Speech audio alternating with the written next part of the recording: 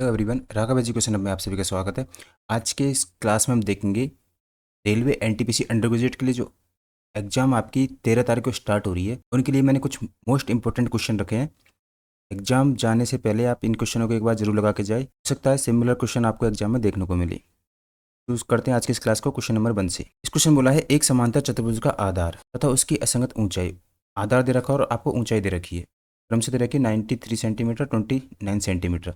समांतर चतुर्भुज का क्षेत्रफल ज्ञात करो। इस क्वेश्चन में आपको आधार दे रखा है, यानी कि बेस आपका कितना हो गया 93 सेंटीमीटर, ऊंचाई आपकी कितनी हो गई, यानी कि हाइट दे रखी है आपकी 29 सेंटीमीटर। समांतर चतुर्भुज का क्षेत्रफल पूछा है आपसे। समांतर चतुर्भुज का क्षेत्रफल क्या होता है, क्षेत्रफल इसका होता है बेस इंटू हाइट, यानी कि आधार गुणा ऊंचाई। आधार आपको 93 दे रखा है, ऊंचाई आपको 29। इन दोनों को मल्टीप्लाई कर लीजिए। अब मल्टीप्लाई फास्ट करने का तरीका कैसे, कि आप यहाँ पे 29 दिख रहा है, आप एक काम कीजिए 93 को पहले 30 से मल्टीप्लाई कीजिए। तो उसमें से अपन ने क्या किया, 93 को 29 बार मल्टीप्लाई करना है, तो अपन ने एक ज़्यादा बार मल्टीप्लाई कर दिया।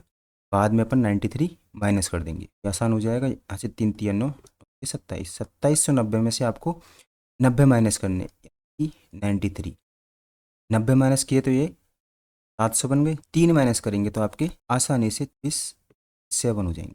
ऑप्शन नंबर सी इसका राइट आंसर हो गया। क्षेत्रफल निकाल लिया बनने। ऐसे ही आपको एग्जाम अप्रोच रखनी है। क्वेश्चन नंबर 1 चुटके में सोल्व हो जाएगा। चलते अपने नेक्स्ट क्वेश्चन पर। क्वेश्चन नंबर 1 रिपीट हो गया। क्वेश्चन नंबर 3 को पढ़िए। आपसे क्वेश्चन में क्या बोला है, एक नाव जितने समय में धारा की दिशा में 36 किलोमीटर जाती है, धारा की दिशा में, उतने ही समय में वह धारा की विपरीत दिशा में 24 किलोमीटर जा सकती है। धारा की चाल आपको दे रखी है यहाँ पे 3 किलोमीटर प्रति आवर से। स्थिर जल में नाव की चाल ज्ञात करो।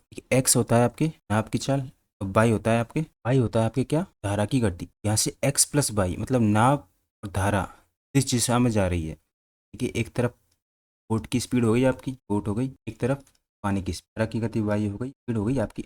यहाँ दे रखी है एक्स प्लस बाई धारा की दिशा में 36 किलोमीटर जाती है, 36 किलोमीटर जा रहे हैं। वहीं धारा के विपरीत यानी कि एक्स माइनस वाई कितने किलोमीटर जा रहे हैं, 24 किलोमीटर जा रहे हैं। स्थिर जल में नाव की चाल बतानी है। आपको धारा की चाल दे रखी है कितनी, वाई की वैल्यू कितनी दे रखी है आपको, तो आप ये यहाँ से देखिए एक्स वाई की वैल्यू आपको यहाँ पे दे रखी है। अब इसी चीज़ को सॉल्व कीजिए। 36 बटे आपके क्या आ जाएगा, एक्स प्लस के 3 आ गया, बराबर 24 बटे एक्स माइनस के 3 यहाँ से आ गए। वैसे क्रॉस मल्टीप्लाई कर लीजिए। क्रॉस मल्टीप्लाई करोगे आप 25 गुणा, तो आपके देखिए ऐसे ऊपर नीचे मल्टीप्लाई होते हैं। तो 36 को x से मल्टीप्लाई किया तो आपके 36x माइनस 36 इंटू 3, एक वैल्यू तो ये आएगी, बराबर 24 को आप मल्टीप्लाई करोगे इधर 24x प्लस के 24 इंटू, यहाँ से अपन 36 कॉमन ले लेंगे क्योंकि दोनों में सेम मिल रहा है, x माइनस 3 आ गया, बराबर यहाँ से भी 24 कॉमन ले लेंगे तो x प्लस के 3 मिल गया। ऐसे भी कर सकते हो या फिर आप गुणा भी कर लेंगे डायरेक्ट। डायरेक्ट गुणा करेंगे तो आप 36x माइनस 18 3 9 10 108 बराबर 24 प्लस के 72। इस तरीके से करो या फिर इस तरीके से करो, दोनों से एक ही बात है। अब x की वैल्यू को अलग साइड कर लेंगे। 36 में से 24 जाएगा तो 12x, बराबर अब ये 108 उठ के इधर चल जाएगा तो 72 में ऐड हो जाएगा, यानी कि 180 बन जाएगा। x की वैल्यू यहाँ पे कितनी निकली, 15। x की वैल्यू चाहिए थी। स्थिर में आपकी चाल y के अपन को दे रखी थी। ऑप्शन नंबर बी आपका राइट आंसर होगी। तो तरीका ये बेसिक, इस क्वेश्चन में कुछ नहीं करना है आपको। x प्लस वाई आपको 36 किलोमीटर जाना है, x माइनस वाई आपको वापस आना है 24 किलोमीटर तक। यहाँ से अपन को y की वैल्यू दे रखी थी, x की वैल्यू अपन ने आराम से निकाल ली, और x क्या है, स्थिर जल में नाव की चाल। चलते हैं अपने नेक्स्ट क्वेश्चन पर। Question number 4। एक बार अपनी तरफ से क्वेश्चनों को पढ़ते चलिए और वीडियो को पॉज करके सोल्यूशन करते चलिए। इस क्वेश्चन में बोला है एक समूह ए में 78 सदस्य, समूह बी में 22 सदस्य, सी में 34 सदस्य। इन समूह के सभी सदस्य एक रेस्टोरेंट में गए या रेस्तरां में गए।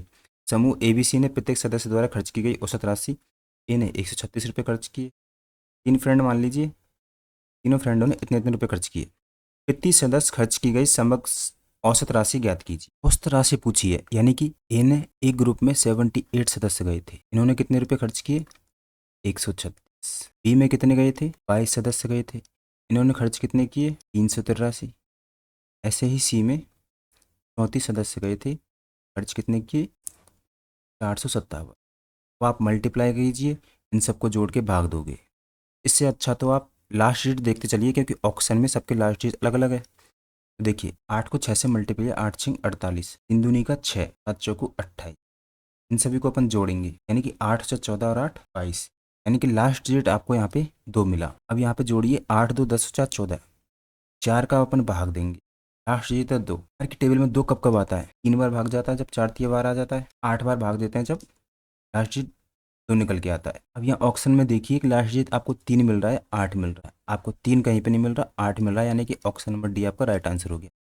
इस तरीके से आपको क्वेश्चन में, एग्जाम में क्वेश्चनों को बनाना है, ना कि इनको मल्टीप्लाई करके अपना समय बर्बाद करना है। तो ये तो था लास्ट डिजिट का। और किसी को बेसिक से जाना है तो एक काम करो, इनका मल्टीप्लाई करो, मल्टीप्लाई करके ABC के ग्रुप को जोड़ो, जोड़ के उस संख्या में भाग दो, से आप 2 से 3 मिनट बर्बाद कर दो। डायरेक्ट क्वेश्चन का आंसर निकालिए। लास्ट डिजिट देखिए ऑप्शन में सबके लास्ट डिजिट अलग अलग है, तो आप लास्ट डिजिट को पकड़ के 4 का भाग देंगे, 4 भी अपने कहाँ से निकालें, इनको जोड़ के। देखते हैं नेक्स्ट क्वेश्चन। Question number 5। एक त्रिभुज PQR में कोण दे रखे QOR 130 है, जहाँ O एक त्रिभुज PQR के अंत्य केंद्र है। इन सेंटर आपके कोण बना हुआ है, कोण QPR का मान ज्ञात कीजिए। आपके एक त्रिभुज दे रखा है, इसको Q मान लेते हैं, यहाँ पे आपके R हो जाएगा। त्रिभुज O, यहाँ पे देखिए जहाँ O त्रिभुज PQR का अंत्य कोण है, अंत्य कोण आपका ये हो गया, ये आपके P हो गया, और यहाँ पे O, यहाँ पे एक अंदर एक आपके त्रिभुज बना हुआ है। अब इस O का मान आपको कितना दे रखा क्वेश्चन में, 130 डिग्री। अंत्य केंद्र आपका O, ऊपर बनने वाले कोण, उसके सामने वाले शीर्ष कोण के बीच आपको संबंध बताना है। कोण OR बराबर 90 डिग्री प्लस के 1/2 कोण QPR। तो यहाँ पे इस कोण का आपको O का मान दे रखा QR का कितना, 130 डिग्री। 130 डिग्री बराबर 90 डिग्री बराबर 1/2 कोण QR अपन को QPR अपन को याद करना है। ये आपका प्लस में 90 माइनस होके 130 में से 90 माइनस हो जाएगा, तो आपको डायरेक्ट 40 डिग्री आ जाएगा। 40 डिग्री बराबर 1/2 कोण QPR। अब कोण QPR का मान निकालने के लिए हम 2 से गुणा करेंगे, 2 से गुणा करेंगे तो ये 2 कट जाएगा, 40 की वैल्यू आपको इससे मिल जाएगी। कोण QPR का मान कितना निकला, 80 डिग्री। ऑप्शन नंबर सी आपका राइट आंसर होगी। इस तरीके से बिल्कुल एग्जाम में करना है आपको, बिल्कुल बेसिक क्वेश्चन है, सारे रेलवे NTPC एग्जाम में आए हुए क्वेश्चन है। Question number 6। ग्रीस ने एक परीक्षा में 572 अंक प्राप्त किए, जो पूर्णांक के 28% से 30 अंक कम थे, 28% से 30 अंक कम थे। उसी परीक्षा में उसका मित्र है, उसने 473 अंक प्राप्त किए, उसके मित्र द्वारा प्राप्त अंकों का प्रतिशत ज्ञात कीजिए। तो आपको 572 अंक है ना, कुल अंक के 28% से 30 कम है, ये आपके कुल अंक के 28% से 30 कम है। तो ग्रीस ने एक परीक्षा में नंबर प्राप्त किए थे 572। इसका मतलब क्या है, इसको अगर अपन 30 दे देते, 572 प्लस के 30 दे देते, तो ये बराबर हो जाता किसके, 28% के। 572 में 30 ऐड करेंगे तो आपके 602 बराबर 28%। 28% की वैल्यू कितनी आई, 600। 100% की वैल्यू निकाल लेंगे अपन, 100% की वैल्यू निकालने के लिए 602/28 × 100, 7 से काट लीजिए, 7 चौको 28, 7 8 56, 7 6 42। 4 से काटोगे तो आप 4 दूनी 8, 4 एकम 4, 4 पंजो 20 और 0। यहाँ से अपन को टोटल पूर्णांक मिल गए 2150। ये आपके टोटल पूर्णांक हो गए 2150। अब देखिए यहाँ पे आपके मित्र ने, अब क्वेश्चन को दोबारा से पढ़िए कि आपके मित्र ने 473 अंक प्राप्त किए, तो मित्र के अंकों का परसेंटेज बताना कितने परसेंट प्राप्त किए। परसेंटेज ज्ञात करने के लिए ऊपर वैल्यू रख देते हैं 473, इसका कितना परसेंट है 2150 का, परसेंटेज जानने के लिए इंटू 100 कर देते। 1 0 से आपके 1 0 चल जाएगी, 5 से काटिए, 5 चौको 20, 5 तिया 15, काटिए 5 से 9 बार 45, एक 0 हो रहा है साथ में, ये ध्यान रखना, 9 बार चल जाएगा 45, 2 बच गए, 5 चौको 20 और 5 6 30। अब 43 का देखिए कितना गुना है, आप दुगुना करोगे, पहले आप दुगुना करोगे, फिर आप छिलाने के लिए भी दुगुना करोगे, या फिर आप करके देख लीजिए 43 से भाग दोगे 946 को, तो आप 43 दूनी 8 बच गए 6, 2 से मल्टीप्लाई करोगे। हिंट देखा करो, संख्या आपस में 100% कटेंगी, एग्जाम में क्वेश्चन उसी बेस पे बनाया जाता है कि कट सके। तो यहाँ पे आपको 22% अंक आपके फ्रेंड ने प्राप्त किए। ऑप्शन नंबर बी आपका राइट आंसर हो गया। चलते अपने नेक्स्ट क्वेश्चन पर। Question number 7। क्वेश्चन को जल्दी जल्दी करते हैं आप। इस संख्या का 20%, इसी संख्या का 20% यानी x का 20% मान 620 के 20% से 200 अधिक है। 620 के 20% से 210 अधिक है। पहले इनका परसेंट वैल्यू निकालिए। 620 का 20% निकालेंगे, 2 0 से 2 0 चल जाएगी, 62 का दुगुना 6 दूनी का 12, 124 आ गया डायरेक्ट। अब 124 में आप 210 जोड़ दीजिए, क्यों, क्योंकि किसी संख्या का 20%, x का 20%, 610 का 20% से इसका जो परसेंट वैल्यू से इससे 210 अधिक है। 124 में आप 210 ऐड करोगे तो आपके 334 निकल के आ गई। तो 20x बराबर, परसेंट में ध्यान रखना, 20 x% बराबर, तो x बराबर 134/20 इंटू हो जाएगा। तो 20 से काट लीजिए, 20 पंजे 100, अब 5 से मल्टीप्लाई कर दी डायरेक्ट, 5 4 पंजे 20, 5 से 5 15 और 1 16, 5 15 और 1 16, कहाँ गलती कर गली, 5 से मल्टीप्लाई, 5 चौको 20 की 0 हासिल कर दो, 5 15 2 17 के साथ हासिल किए, 5 15 और 1 16, 1670। ऑप्शन नंबर सी आपका राइट आंसर हो गया।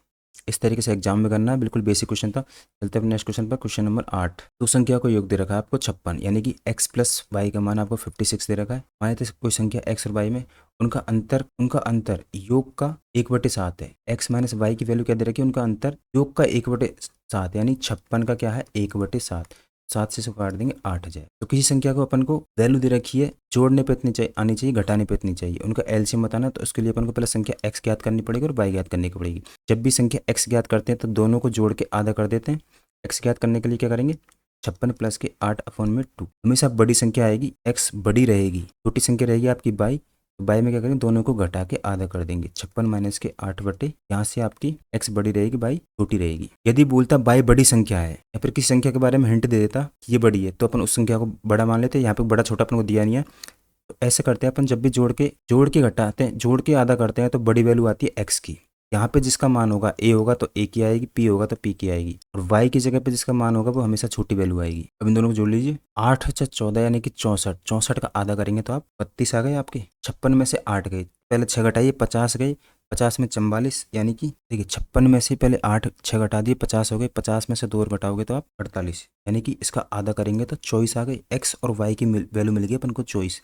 अब दोनों का क्वेश्चन में क्या पूछा है आपसे, एलसीएम निकालिए। एलसीएम फास्ट निकालने के लिए 8 से काटो इनको, 8 8 चौको 32, 8 3 24, 3 और 4 का एलसीएम आप निकाल लोगे 12 से काटा, उससे मल्टीप्लाई कर दीजिए 8, 12 को 8 से मल्टीप्लाई किया तो 96। ऑप्शन नंबर डी आपका राइट आंसर हो गया। यही अप्रोच आपके एग्जाम में रहनी चाहिए बिल्कुल। इसके अलावा कोई भी मेथड नहीं अपनाना है। बेसिक क्वेश्चन था, दो संख्याओं का योग आपको दे रखा है, ये अपन ने योग लिख लिया। उसके बाद योग का अंतर यानी कि x माई वाई, योग का अंतर उनके योग का 1/7 है। योग का 1/7 निकाला 8 आया, तो उनके योग का अंतर 1/7 हो गया 8। यानी कि कोई संख्या है x नाम की, कोई संख्या है y नाम की। x निकालने के लिए जोड़ के आधा कर देते हैं, y निकालने के लिए घटा के आधा कर देंगे। यहाँ से अपन को x y मिल गए।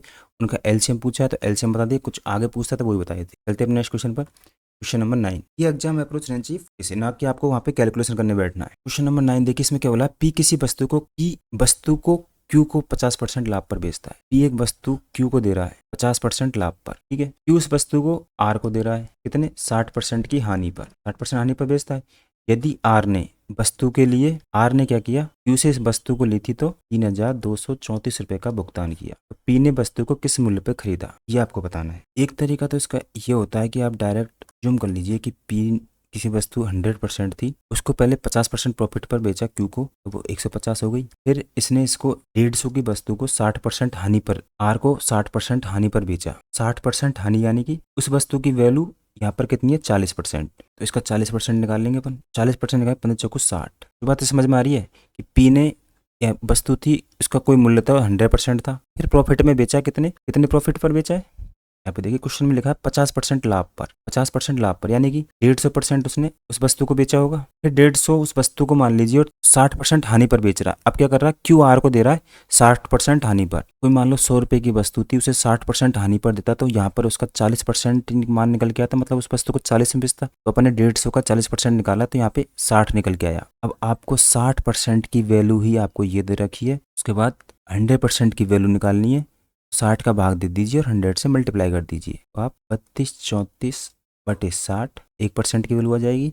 फिर 100 से मल्टीप्लाई कर दीजिए, 1 0 से 1 0 चला जाएगा, 6 से काटिए, 5 बार 30, 6 × 18, 9 6 54, यानी कि 529 और 1 0, 5390 रुपये उस वस्तु का पी ने खरीदा था। कौन सा ऑप्शन हो गया, ऑप्शन नंबर सी आपका राइट आंसर हो गया। ये अप्रोच रखनी है एग्जाम में बिल्कुल आपको। कुछ ना तो आपको मैं फॉर्मूला रटवा रहा, ना कुछ, बेसिक तरीके से लेके चल रहा हूँ कि पी ने, एक बार और समझ लीजिए इस क्वेश्चन को। देखिए पी ने कोई आर्टिकल खरीदा, ठीक है, उसकी वैल्यू कितनी भी थी, अपने आप में 100% थी। फिर क्यू को दिया 50% लाभ पर, यानी कि अब इसको 50% लाभ हो गया, 150 बेचा, क्यू को दिया। अब क्यू क्या कर रहा है, आर को दे रहा है 60% हानि पर, 60% हानि पर बेचेगा, तो मतलब यहाँ पे जो वैल्यू आएगी उसका मान 40% ही तो रहेगा।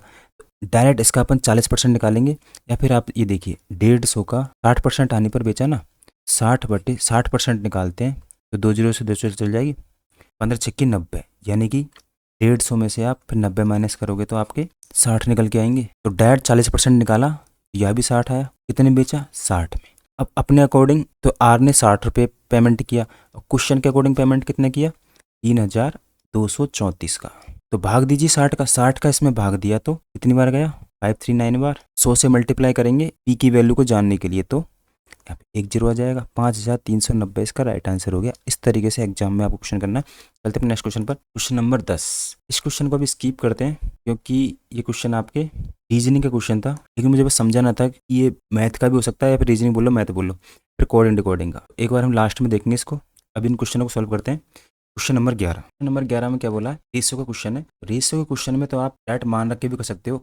यहाँ पे पहले आपको ए रेशियो ई बराबर 2:3 दिया, तो आपको ए और बी का मान बताना है। तो रेशो में हमेशा अंदर वाले का मान अंदर वाला होता है, बाहर वाले का मान बाहर। तो बी बटे ए, बी के सामने वाली वैल्यू बी का मान रहता है, बी का मान 2, फिर ए नीचे आ जाता है, तो मान यहाँ से पता चल गया, एक मान क्या है बी का मान। तो जितने बच्चे इस चीज़ को समझे नहीं है वो क्वेश्चन रॉन्ग करके आएंगे, क्योंकि ये चीज़ें जब होती है जब एक वैल्यू अपन को यहाँ पे मिल जाती है, जैसे 2 रेसो बी बराबर ए रेसो डी, तब करते हैं ये काम अपन के बी बराबर 3 ए बराबर, तब ये वैल्यू निकल के आती है। और जब आपको रेसो ऐसे दिया होता है ए रेसो बी बराबर 2 रेसो 3, यहाँ पे आपको ए का मान ऑलरेडी दे रखा, बी का मान ऑलरेडी दे रखा, यानी ए का मान आपके 2 होगा और यहाँ पे बी का मान कितना होगा 3। जो बच्चे ए का मान 3 निकालेंगे उनका रॉन्ग आंसर आएगा, जो बच्चे ए का मान 2 लेके चलेंगे तो उनका राइट आंसर आएगा। बस ऐसे क्वेश्चनों में आपको वैल्यू फिट करनी है, तो यहाँ पे 7 2 पे मान रखना, सूत्र में मत फंसना। डायरेक्ट जब छोटी वैल्यू अपन को क्यूब आता ही है तो अपन क्वेश्चन को जल्दी कर सॉल्व कर लेंगे। यहाँ पे देखिए ए का 7 इंटू ए का मान 2 है, 2 का क्यूब करेंगे तो 8 आ गया, माइनस 2 इंटू बी का मान कितना 3, 3 का 27 हो गया, रेसो बी का मान 27 माइनस ए का मान 2 है तो ए की पावर 3 से यहाँ पे 8 मिल जाए। यहाँ पे देखिए अब 2 को मल्टीप्लाई किया 7 8 दूनी 54, रेसो 27 माइनस के 8 करोगे तो 19 आ गए। 56 में से 54 घटाओगे तो आपके 2 रेसो, बड़े प्यार से आ गया 2 रेसो 19। ऑप्शन नंबर सी आपका राइट आंसर होगी। सूत्र में नहीं फंसना, बिल्कुल बेसिक से जाना है। चलते अपने नेक्स्ट क्वेश्चन पर। और ये जो चीज़ है ना, ये आपको कंफ्यूज करने के लिए थी, खाली आपको बताना था कि जब भी रेशो ऐसे बनता है आपका, ये जो सीख लीजिए आप रेशो से रिलेटेड। देखिए जब भी मान लो कोई संख्या आपको ऐसे 4a बराबर ऐसे 3 संख्या मिल जाए, 5b बराबर 6c, तो आपको फाइंड करना है एबीसी का।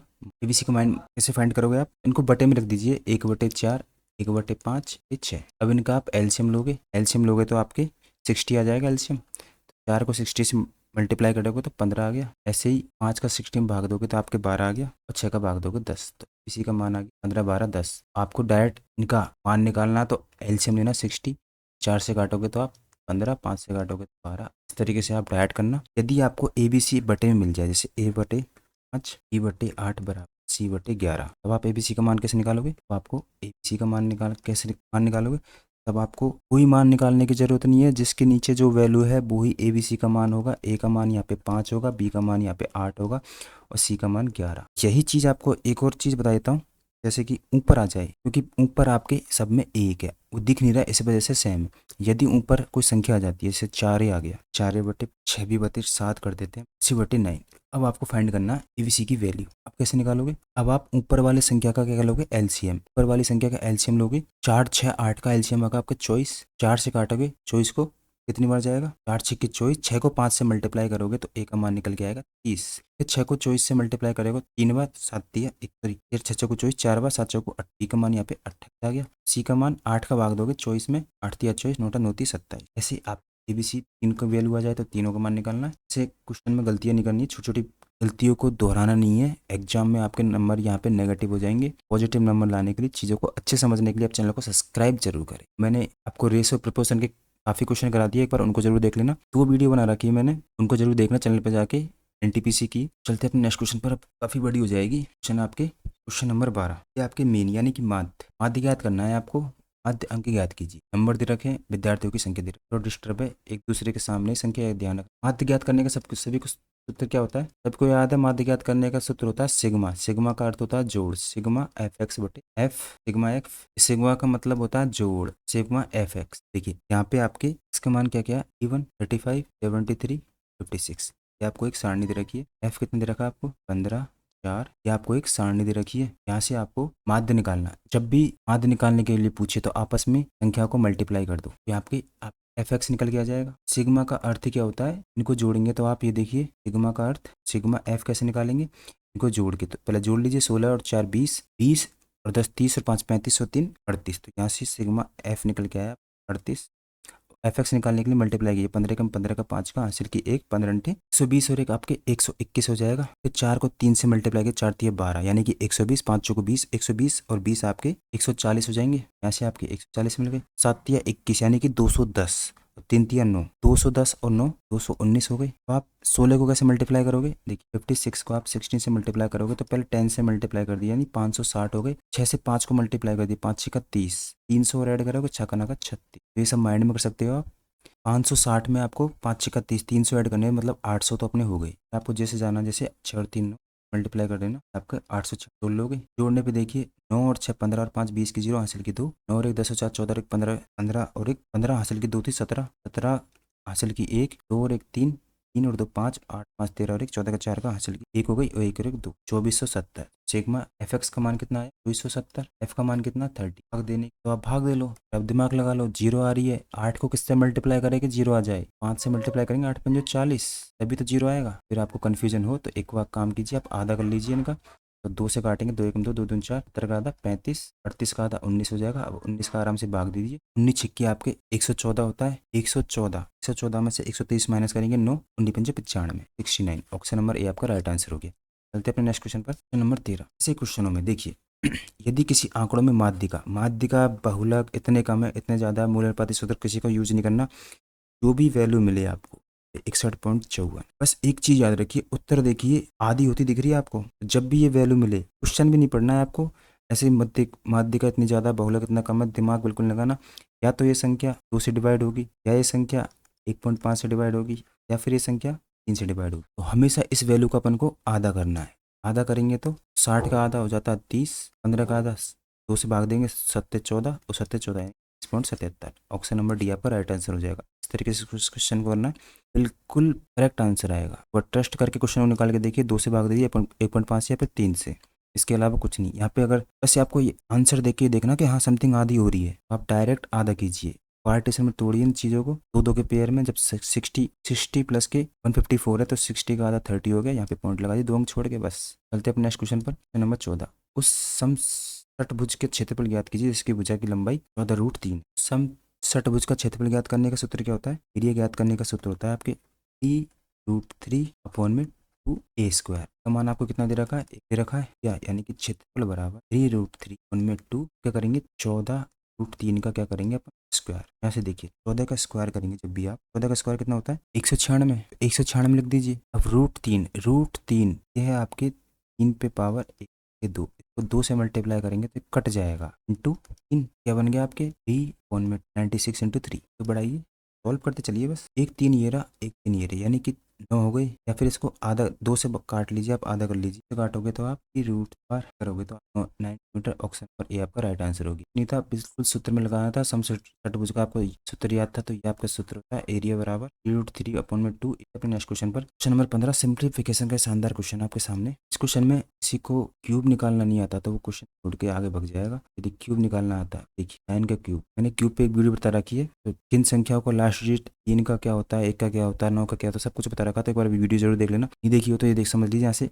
यहाँ से 9 आ जाएगा, और ये किसका होता है 1 का, तो यहाँ से पता चल गया 19 का क्यूब है। लास्ट डिजिट सेम रखना है, 3 अंक छोड़ के 1 का स्क्वायर करना है, सॉरी 1 का क्यूब करना है, इससे कम आना चाहिए। तो ये 19 का क्यूब हो गया, ऊपर का मान मिल गया अपन को 19। नीचे का क्या है देखिए, 2 की पावर 3 तक तो सभी को याद होगी कितनी होती है 8। उसके बाद 2 की पावर 4 क्या होती है, इसी का दुगुना 8 दूनी का, मतलब इस वैल्यू को 2 से मल्टीप्लाई करते हुए चलेंगे, 8 दूनी का 16, 16 दूनी का 32, 32 दूनी का 64, 2 पे घात।